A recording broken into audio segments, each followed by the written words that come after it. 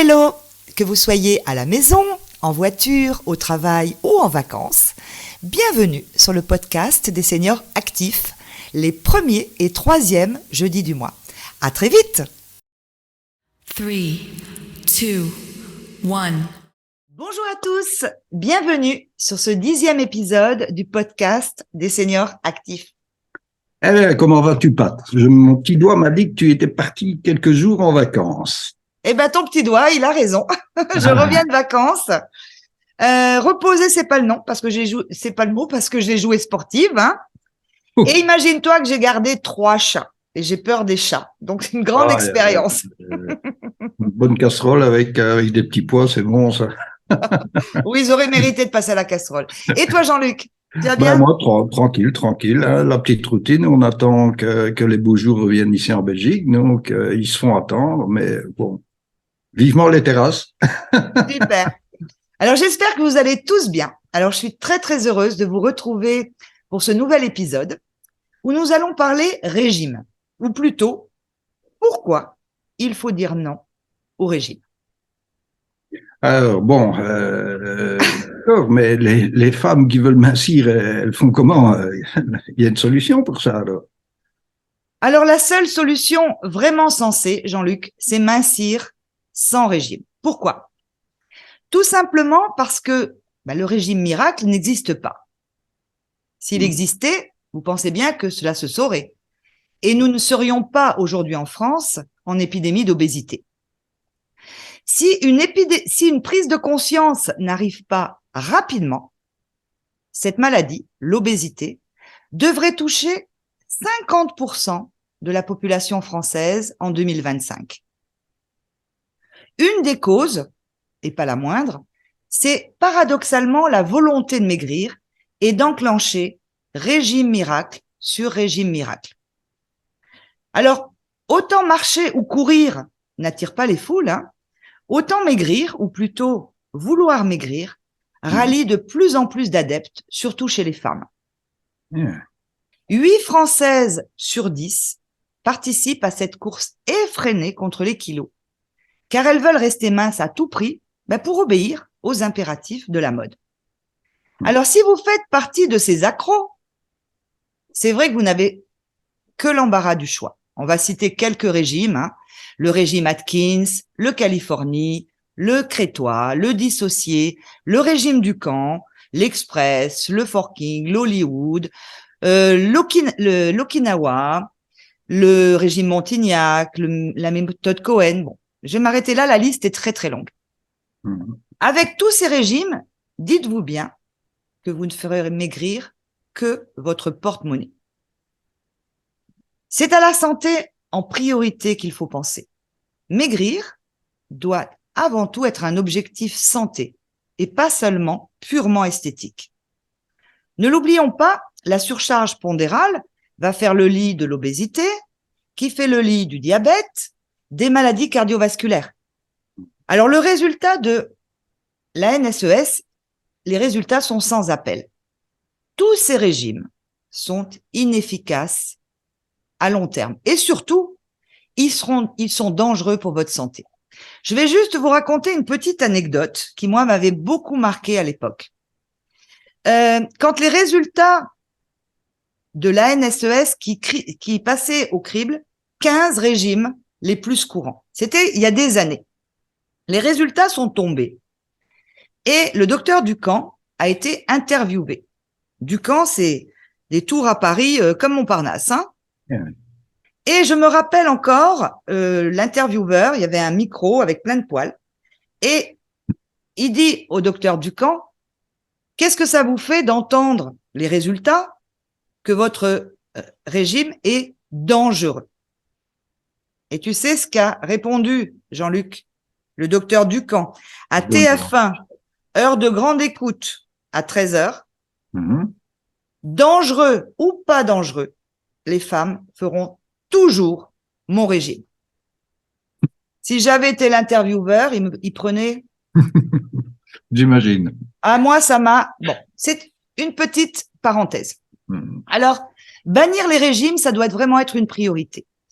Tout régime trop restrictif ou déséquilibré et voie à l'échec. Et plus l'amaigrissement promis est spectaculaire et rapide, plus vous êtes en danger. Alors, arrêtez de croire au Père Noël, arrêtez d'engraisser tous ces vendeurs de régimes qui ne s'intéressent qu'à leur profit et certainement pas au profit de votre santé. Il faut absolument en prendre conscience et bannir les régimes qui tendent à vous priver, pendant des périodes longues et répétitives, d'éléments nutritifs essentiels, comme le fer, l'iode, le magnésium, les oméga-3, pour ne citer que, hein, et ça va créer des désordres et des séquelles difficilement réparables. À vouloir maigrir à tout prix et n'importe comment, vous y laisserez votre tonus, votre vitalité et même votre joie de vivre. Alors, pour réussir à mincir, la recette, elle est simple. Déjà, comprendre votre assiette. Connaître l'intérêt nutritionnel des aliments. Connaître les règles de base de nutrition, qui sont très simples, qu'on devrait enseigner à l'école d'ailleurs, aux enfants. On oublie les calories, on oublie la balance on la jette à la mer, et comprendre aussi bien sûr l'importance d'une activité physique régulière. Alors ne pas négliger certaines alternatives naturelles, comme le yoga. Je vous invite à écouter ou réécouter l'épisode de Sonia Pérez sur les bienfaits du yoga. Tout à fait. Et ne perdez jamais de vue la notion de plaisir. Manger, c'est avant tout un plaisir. Cette notion, elle est capitale. Le mot régime est souvent synonyme d'alimentation impersonnelle, moralisatrice, semée d'interdits, qui vous entraîne dans le cercle vicieux de la frustration, de la compulsion et de l'anarchie alimentaire. Oui, mais quand tu dis qu'il faut comprendre l'assiette, connaître les intérêts nutritionnels des aliments, qu'est-ce que tu entends par là? Alors, à plusieurs reprises, Jean-Luc, dans les épisodes précédents, je disais que tous les aliments avaient un peu comme une carte d'identité, avec leurs caractéristiques. Alors, on a vu, avec les sucres, que tous les aliments glucides avaient ce qu'on appelle un index glycémique. C'est une des caractéristiques. Et pour les aliments, il y a d'autres caractéristiques. Il y a la densité calorique, il y a la densité nutritionnelle, il y a l'indice PRAL. Alors, nous y reviendrons dans l'épisode sur les aliments santé. Oui, mais tu peux nous dire en quelques mots aujourd'hui pour d'éclairer un peu les lanternes, parce que... Ok, alors juste quelques mots. Alors, dans le corps, tout est question d'équilibre. Il n'y a pas que dans le corps d'ailleurs. Pour l'équilibre calorique, la caractéristique, ça s'appelle la densité calorique, DC. C'est le nombre de calories en kilocalories qui est apporté par 1 gramme d'aliment. Par exemple, la densité calorique de la laitue, elle est de 0,14. La densité calorique d'un pain au chocolat, méchante différence, c'est 4. Ouf. Voilà. Et on verra ça, on verra ça dans les épisodes suivants. Pour l'équilibre nutritionnel, la caractéristique, elle s'appelle la densité nutritionnelle, DN. Alors, plus cet indice est élevé, plus l'aliment renferme de composés nutritionnels intéressants pour la santé. Et cette densité nutritionnelle, elle va s'intéresser à la vitamine B1, B2, B3, B6, B9, B12, les vitamines de l'énergie, du système nerveux. Tout à fait. La vitamine A, la vitamine C, qui fait partie de ce qu'on appelle le bouclier antioxydant, le calcium, le magnésium, le potassium, le fer et le zinc. Voilà. Cette densité nutritionnelle, elle va s'intéresser à ces nutriments. Et aux protéines. Alors, par exemple, la densité nutritionnelle d'un sandwich au poulet. Donc, DN. Le DN du sandwich au poulet. 1,2. D'accord. La densité nutritionnelle du foie de veau, 226. Ouf. Et tous les aliments, comme ça, on a l'habitude, quand on fait nos courses, d'acheter un petit peu les mêmes choses. Ah ouais, Alors, pour les personnes qui sont intéressées, je pourrais leur communiquer, bien sûr, au fur et à mesure des épisodes, quand je cite des densités caloriques, des densités nutritionnelles, je pourrais vous communiquer ça. Alors, il y a un équilibre qui est capital, c'est l'équilibre acido-basique. J'en ai parlé déjà un petit peu, à différentes reprises. Alors là, la caractéristique, c'est l'indice PRAL, P-R-A-L. Alors, il évalue la charge acide ou alcaline générée dans l'organisme par un aliment ou par un repas. Et on étudiera un repas et on verra comment, de façon très simple, on peut, ce repas qui est acidifiant, donc c'est pas un bonus pour la santé, le transformer en un repas basifiant. Alors, un indice négatif montre que l'aliment ou le repas est basifiant. Un indice positif indique qu'un aliment ou un repas est acidifiant. Aujourd'hui, je voudrais juste que vous reteniez une petite chose. Acidifiant égale déminéralisant pour le corps. On en reparlera. Alors, par exemple, le cresson, il est très favorable. Moins, valeur négative, 10,6. Le citron, on en parlera. Alors, le citron, il est acide au goût. Eh bien, dans le corps, il est basifiant. Il est favorable. C'est pour ça qu'on dit, le matin, buvez dans un petit fond d'eau tiède un jus de citron pour basifier le corps, parce que notre alimentation moderne, elle est trop acidifiante, trop déminéralisante. Moi, je pensais que c'était pour réduire l'estomac qu'on prenait du citron. Ça fait quelque part ce qu'on appelle une chasse gastrique, c'est vrai, Oui. mais c'est surtout pour basifier le corps.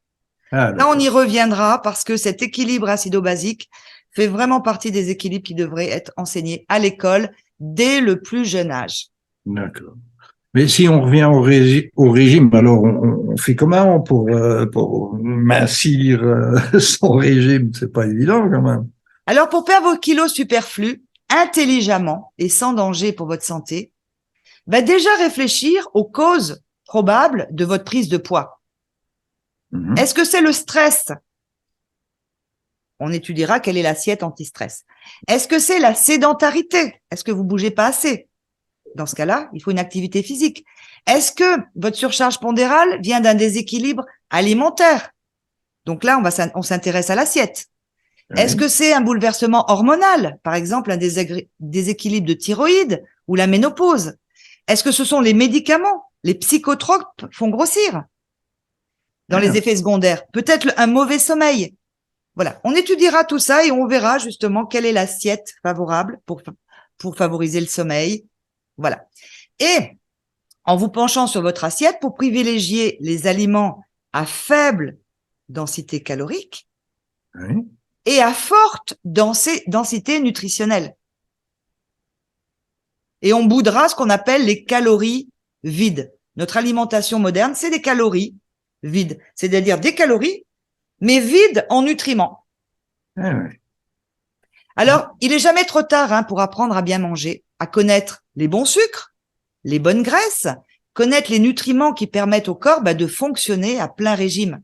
Et dans les épisodes de ce podcast, ces épisodes de ce podcast devraient vous aider justement à y voir plus clair. Nous nous sommes déjà intéressés, Jean-Luc, dans les épisodes précédents, au bon sucre, aux bonnes graisses. Et on étudiera tout, doucement. C'est bien. Et en attendant, on va se retrouver pour le prochain épisode. Oui, mais on parle de quoi la prochaine fois? Alors, on reste dans le même sujet. Oui. Je vous donne rendez-vous jeudi 20 avril et je recevrai Sylvie Debecker, qui est coach, qui est experte en gestion du poids et qui nous parlera des kilos émotionnels qui pèsent lourd sur le moral, mais aussi sur la balance. Oui, je m'en doute. Un beau programme pour la prochaine fois. Moi, ça m'intéresse parce que je te l'avais déjà dit la fois dernière, j'ai 4-5 kilos à éliminer. Voilà. Eh bien, super. Eh bien, belle journée à tous et je vous dis à très vite. À la prochaine. Ouais.